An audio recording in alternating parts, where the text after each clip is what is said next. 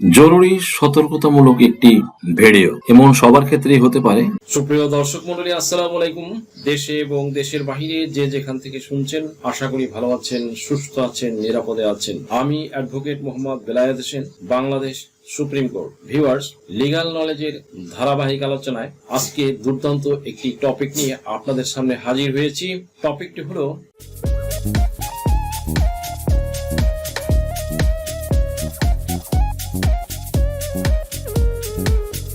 সুপ্রিয় দর্শক মন্ডলী, গতকাল এক ব্যক্তি আমাকে ফোন দিয়ে জানতে চাইলেন যে তার একটি চেকের পাতা হারিয়ে গিয়েছে। চেকের পাতাটিতে সাইন সম্বলিত 2,50,000 টাকা অঙ্ক বসানো ছিল। চেকটি হারিয়ে গিয়েছে। এখন সে কিভাবে চেকটি বা চেকের পাতাটি উদ্ধার করবেন, কি ব্যবস্থা নেবেন জানতে চেয়েছেন আমার। ভিউয়ার্স, প্রতিটা মানুষের ক্ষেত্রেই এরকম অনাকাঙ্ক্ষিত ঘটনা ঘটতে পারে, কারণ অ্যাক্সিডেন্ট কাম উইদাউট নোটিশ। তো যাই হোক, এইসব ক্ষেত্রে আপনাদের করণীয় কি হবে? এই সব ক্ষেত্রে আপনারা সাথে সাথে ব্যাংকে জানান।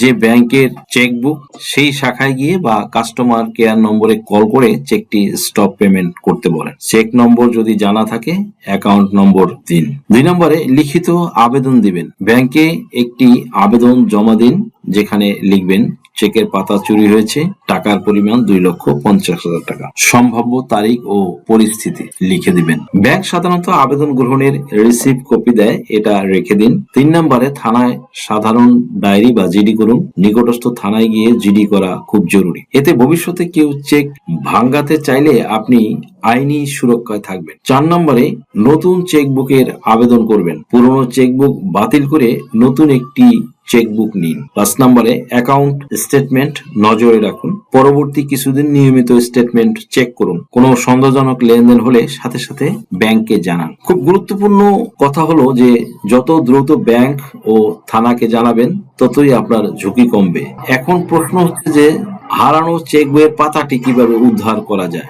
সোজা কথা বলি, চুরি হওয়া চেক উদ্ধার করার নিশ্চিত কোনো আইনি উপায় নেই। তবে বাস্তবে কি করা যায় আর কি করা যায় না স্পষ্ট করে বলছি। চেক উদ্ধার করার বাস্তবসম্মত উপায়: যিনি চেকটি নিয়েছেন বলে সন্দেহ, তাকে জানান। যদি পরিচিত কেউ, কর্মচারী, ভাড়াটিয়া, আত্মীয়, ড্রাইভার, অফিসের কেউ নিয়ে থাকে বলে সন্দেহ হয়, তাহলে শান্তভাবে যোগাযোগ করে চেক ফেরত চাইতে পারেন। লিখিতভাবে জানাতে পারেন লিগ্যাল নোটিশের মাধ্যমে যে ব্যাংক ও থানায় জানানো হয়েছে এবং তোমার নামে জিডি করা হবে বা জিডি করা হয়েছে।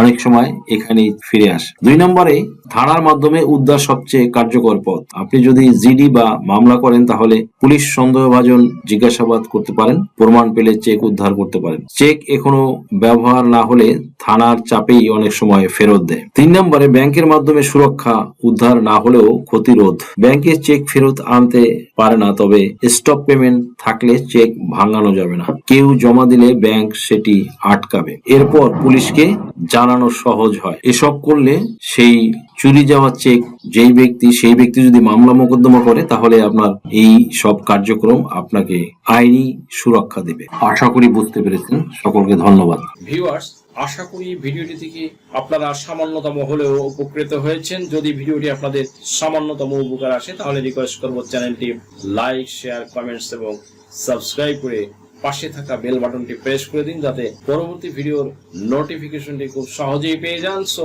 আজকের মতো এখানেই শেষ করছি। দেখা হবে অন্য কোনো দিন, অন্য কোনো ভিডিওতে, অন্য কোনো আইনি কন্টেন্ট নিয়ে।